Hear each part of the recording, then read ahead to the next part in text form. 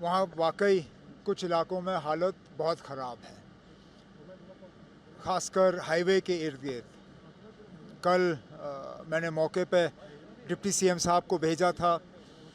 मुकामी जो हमारे एमएलए दो हैं रामबन के और बानीहाल पे के, वो भी मौके पे मौजूद हैं।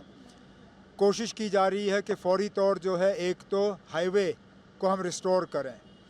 हाईवे के रेस्टोरेशन के साथ साथ जो रेजिडेंशियल एरियाज़ इन पस्सियों में जो हैं बह गए हैं, उनको हम किसी तरह जो है रिस्टोर करें।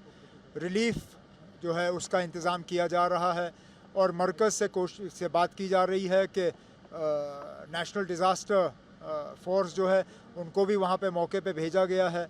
प्राइम मिनिस्टर्स रिलीफ फ़ंड और बाकी रिलीफ फ़ंड्स को भी टैप किया जाएगा ताकि जहाँ जहाँ नुकसान हुआ है उस नुकसान का मुआवजा जो है लोगों को मिले।